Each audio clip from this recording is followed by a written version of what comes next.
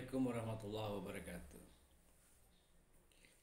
Pran, kalau kita ngomong-ngomong soal cinta nih Pran ya. Cinta itu kan sesuatu ya, satu hal ya. Satu hal, kemudian kita juga satu hal gitu. Nah, cinta itu ada subjeknya ya, dia memerlukan subjek ya, dan juga ada objeknya tentunya ya. Nah, nanti di antara subjek dan objek itu mengalir energi gitu.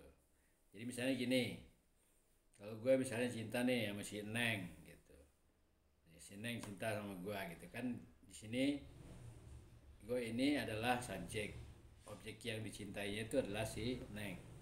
Nah, maka antara subjek yang mencintai dengan yang dicintai itu di situ nanti akan mengalir energi gitu kan. Ya kalau bahasanya kita sering menyebutnya ada getar gitu. Itu sebetulnya satu energi ya. Nah, jadi kita dari sini kita bisa tahu.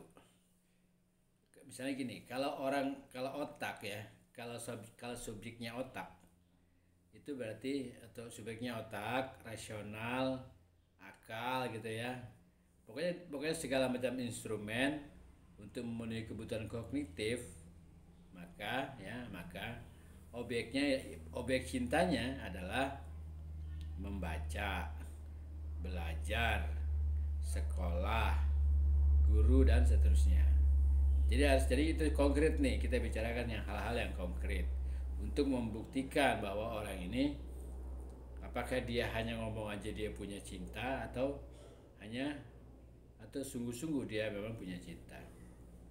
Jadi friend, kalau makhluknya itu berakal ya, kalau makhluk berakal seperti manusia ini memang punya cinta ya, maka seharusnya dia pasti belajar itu ya, belajar, dia mencari pengetahuan yang akan membuatnya terus tumbuh dan tidak mutar-mutar aja gitu ya di situ-situ saja selama-lamanya gitu ya friend ya. Dia nggak tumbuh-tumbuh ya. Untuk apa gitu? Supaya tidak salah dalam menentukan pilihan, tidak salah dalam berpikir, tidak salah dalam memahami sesuatu. Jadi misalnya kita beragama nih friend. Nah, beragama juga harus tumbuh meninggi, bukannya melebar ya. Beragama yang tadinya kita berangkat dari fakta-fakta, belajar tentang sejarah, ya boleh saja, tapi jangan berhenti pada agama sejarah gitu, pada agama fakta-fakta. Nanti jadinya kita skripturalis, karena ilmu sejarah itu kan mesti dipahami. Ada ilmu sejarah mengenai sejarah, ada ilmu tentang sejarah gitu. Jadi itu bagaimana disikapi sejarah itu juga. Nah, harus tumbuh lagi, naik lagi, meninggi.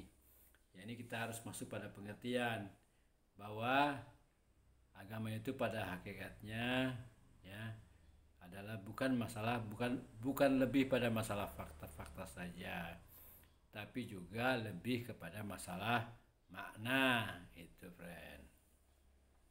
Itu ya. Jadi akal ini mesti terus berkembang nih, belajar itu.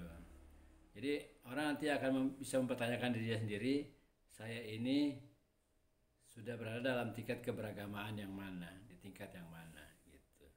Tidak penting agamanya apa itu enggak. Saya sih nggak mau memperdulikan apakah agama mana yang paling benar, itu tidak menarik buat saya. Ya, yang paling penting buat kita itu kita menyadari dengan agama yang kita anut, yang kita yakini masing-masing itu, kita tuh ada di tingkat pemahaman yang mana gitu. Kalau agamanya bagus, kalau tingkatannya masih cetek juga ya sama aja. Ya, ntar jadinya teroris juga ada ujung-ujungnya gitu.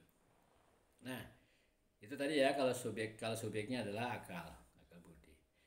Kalau subjeknya emosi, ya, maka objek cintanya semua rasa yang membuat kita berempati dan simpati serta kehidupan yang membuat perasaan menjadi indah. Gitu. Kalau dia memang emosinya itu emosi yang penuh cinta. Ya, sekali lagi menjadi indah ya, bukan bikin ulah, bukan. Kalau dia punya cinta, kalau tidak punya cinta, ya, walaupun dia bilang dia cinta, dia punya agama, saya cinta NKRI, tapi bikin ulah, membangkitkan emosi orang, membakar emosi orang untuk membangun kebencian, dia tidak punya cinta. Gitu. Jadi begini kawan, jadi orang banyak mengklaim sebagai pecinta, tapi tidak belajar, tidak berdoa, tidak sembahyang, tidak berzikir, tidak merenung. Nah, itu adalah pasti cintanya palsu. Ya. Tidak berupaya dalam hidupnya gitu. Tidak sejahtera baik secara, tidak berusaha untuk sejahtera baik secara material maupun secara spiritual, cintanya palsu. Itu klaim. Gitu. Ya. Nah, sebab apa? Sasaran-sasarannya kan sudah jelas dan memperlihatkan bagaimana kehadiran cinta itu memasangkan segala sesuatu, termasuk tadi antara subjek dan objeknya secara khusus. Jadi kita bisa melihat, ya, paling tidak kita bisa mengetahui indikasi, ciri-ciri orang yang sungguh-sungguh punya cinta atau orang yang hanya mengklaim dalam puisi-puisinya atau dalam ceramah-ceramahnya bahwa dia punya cinta. Gitu, friend, ya.